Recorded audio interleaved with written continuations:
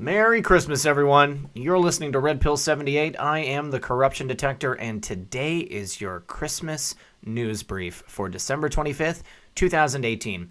I hope everyone is having a very Merry Christmas and that Santa brought you everything you wanted and more, left it underneath that Christmas tree for you, as well as packing up those stockings hanging above the fireplace.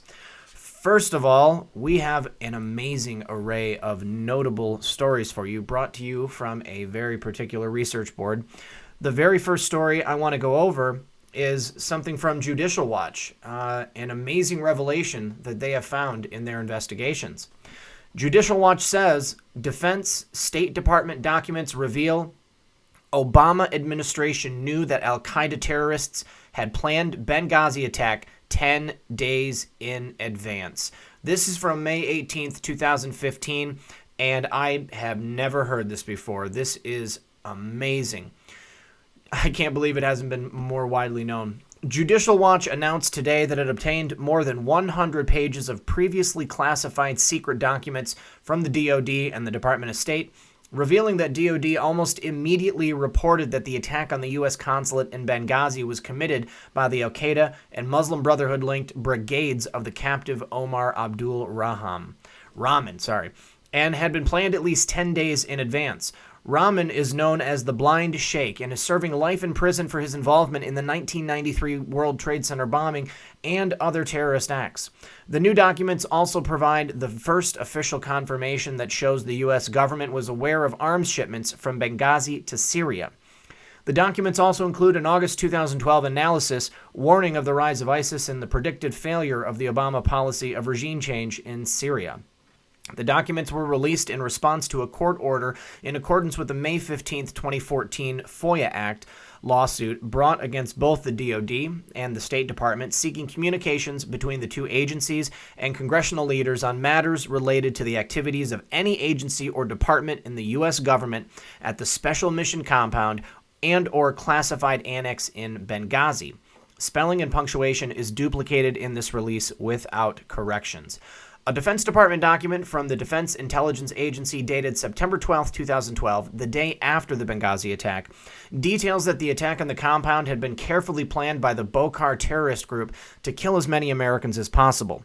The document was sent to then Secretary of State Hillary Clinton, then Defense Secretary Leon Panetta, the Joint Chiefs of Staff, and the Obama White House National Security Council. The heavily redacted Defense Department information report says that the attack on the Benghazi facility was planned and executed by the brigades of the captive Omar Abdul Rahman. The group describes two AQ ideologies. The attack was planned 10 or more days prior on approximately 1st September 2012. The intention was to attack the consulate and kill as many Americans as possible to seek revenge for U.S. killing of Ali Labi in Pakistan and in memorial of the 11th September 2011 attacks on the WTC buildings. A violent radical, the DIA report says, is the leader of B Corps, as is Abdul Baset. Azuz, as he's known here, was sent by Zawahiri to set up al-Qaeda bases in Libya. The group's headquarters was set up with the approval of a member of the Muslim Brotherhood movement, where they have large caches of weapons. Some of these caches are disguised by feeding troughs for livestock. They have SA-7 and SA-23-4 man pads. They train almost every day, focusing on religious lessons and scriptures, including 3 lessons a day of jihadist ideology. The Defense Department reported that group maintained written documents in a small rectangular room approximately 12 meters by 6 meters that contain information on all of the AQ activity in Libya. Azuz is again blamed for the Benghazi attack in the October 2012 DIA document. The DoD documents also contain the first official documentation that the Obama administration knew that weapons were being shipped from the port of Benghazi to rebel troops in Syria. An October 2012 report confirms weapons from the former Libya military stockpiles were shipped from the port of Benghazi, Libya, to the port of Banias and the port of Borj Islam, Syria.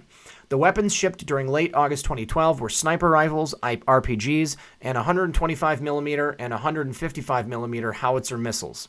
During the immediate aftermath of and following the uncertainty caused by the downfall of Gaddafi regime in October 2011, And up until early September 2012, members from the former Libya military stockpiles located in Benghazi, Libya, were shipped from the port of Benghazi, Libya, to the ports of Banias and the port of Borj Islam, Syria. The Syrian ports were chosen due to the small amount of cargo traffic transiting between these two ports. The ships used to transport the weapons were medium-sized and able to hold 10 or less shipping containers of cargo. The DIA document further details the weapons shipped from Syria during late August 2012 were sniper rifles, RPGs, and 125 and 155 howitzer missiles. The numbers for each weapon were estimated to be 500 sniper rifles, 100 RPG launchers with 300 total rounds, and approximately 400 howitzer missiles. The heavily redacted document does not disclose who was shipping the weapons. I think we found that one out. Another DIA report written in August 2012, the same time period the U.S. was monitoring weapons flows from Libya to Syria, said that the opposition in Syria was driven by al-Qaeda and other extremist Muslim groups.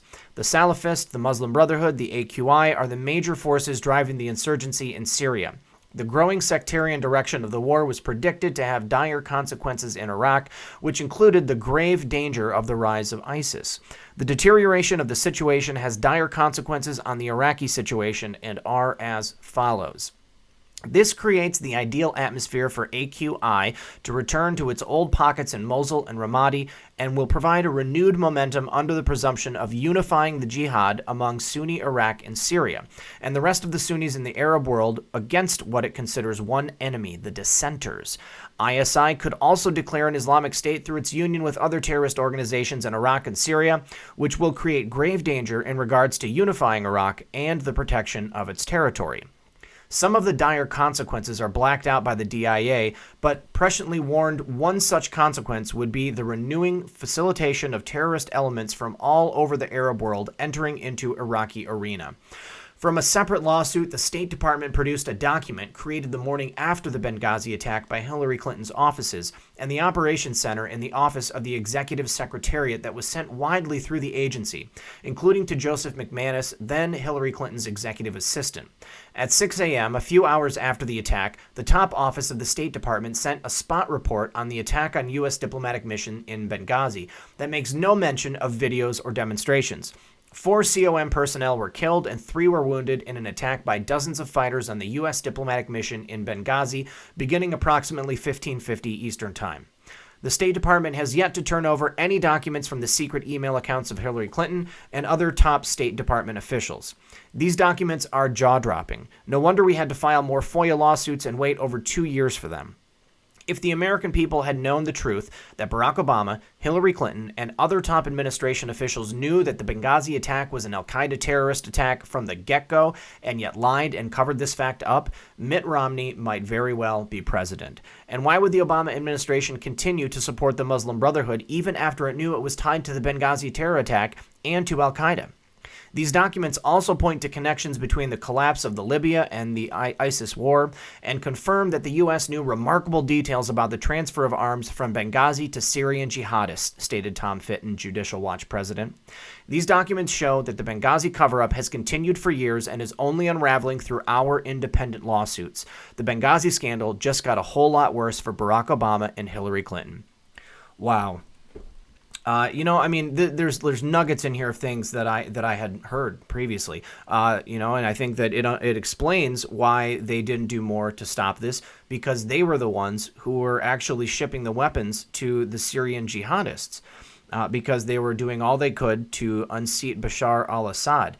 And it has to do with his decision not to use the petrodollar and his attempt to nationalize banking and create a Syrian currency that was based on actual money, which is the same thing that Libya did, Gaddafi, and they took him out summarily with extreme prejudice. This is a great article, and I am dismayed that it's not more widely known, especially with today's climate. So, I don't urge people to go check out things all that often, but I definitely urge people to go check out Judicial Watch, because they do amazing work. And they have been doing it for a long time. As far as I'm concerned, Judicial Watch is the tip of the spear. All right, and in our next story, another notable, and Anon posts some interesting coincidences having to do with another Anon post, POTUS tweet and an Air Force tweet. Earlier this morning, I posted a tweet from the U.S. Air Force. In the video, the U.S. Air Force is tracking Santa and mentions Red 1, big night ahead. I attached a Red 1 Q post, but apparently it was the wrong red stringer because shortly after, POTUS posted a tweet. All the caps in the same sentence added up to 232. I checked the Anon post 232, and holy F, it was a red stringer. Check this out. Awesome. All right, so here, let's go. Add up all the capital letters in the same sentence. We are substantially subsidizing the militaries of many very rich countries all over the world, while at the same time these countries take total advantage of the U.S. and our taxpayers on trade. General Mattis did not see this as a problem. I do, and it is being fixed. M plus very plus taxpayers plus T equals 232. Post 232. And we have red 1, red 2. Confirm, go, twit, PX small. Okay, red 1. Now, let's go ahead and check out the tweet from the U.S. Air Force. Air Control 022 Bravo, winds calm, clouds clear below 12,000 feet, temperature 27 degrees, and red 1, heading 142 at 178 knots. Lights now. Copy. I have red 1, heading 142, escorts inbound. Copy, ground control. Please provide sitrep for your AO. Roger. Red 1's AO looking good. Second phase complete. Nothing currently stirring. Anybody in the Air Force? Area clear. Over. Is it really like that? Control red 1, you are clear to proceed. Refuel complete. Airspace clear. Delta 1208 and 1209 can escort. Copy that, Air Control. Red 1 out. Escorts always welcome if they can keep up. Big night ahead. Ho, ho, ho. Thank you to the men and women of the Air Force for keeping Santa Claus safe. So cool. That's a good one. All right. This one is a neat little photo from inside the Oval Office. President Trump has 2 phones on his desk, and only one of them has this special marking. Is that what I think it is? I think it may be. All right, next, we have some duplicate tweets from Nancy Pelosi and Chuck Schumer. Chucky posted his just a few minutes before Nancy, but they both read, "It's Christmas Eve and real Donald Trump is plunging the country into chaos. The stock market is tanking and the president is waging a personal war on the Federal Reserve after he just fired the Secretary of Defense. Hashtag Trump shutdown." Oh, I take that back. Nancy added in the hashtag Trump shutdown. I bet you she thought that was really, really clever. Oh, sorry, guys. It's not his fault. All right, next we have a story from The Mirror. This is about a female Mexican politician who mysteriously was killed in a helicopter crash just 10 days after taking office. Martha Erica Alonso, 45, was reportedly on board the aircraft along with her husband, former Puebla Governor Rafael Moreno Valle, whatever that is. All right, so let's go ahead and pull this up in another tab here, and we will see what the article says. Very interesting that she died in a helicopter crash so soon after taking office.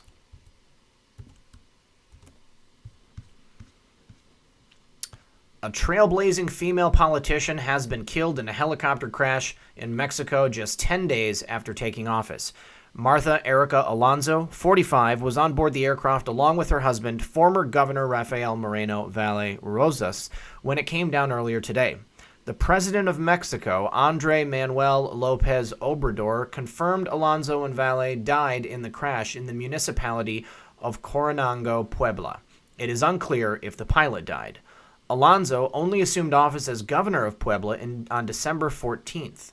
She was the first female ever to hold the office and only the 7th female governor in Mexican history. That's her and her husband.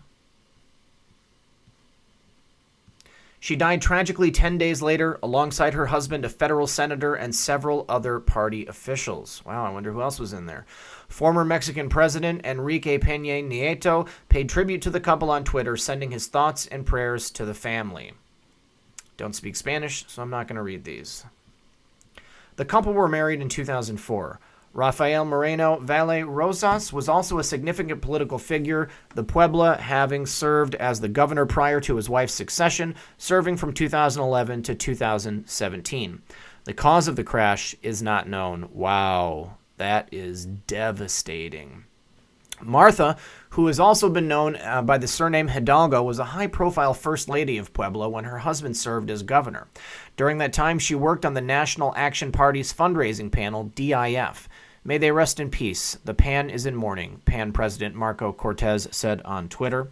Her tenure coincided with a particularly fruitful funding for DIF period. In 2015, she rose to become second in the party's power structure behind her husband.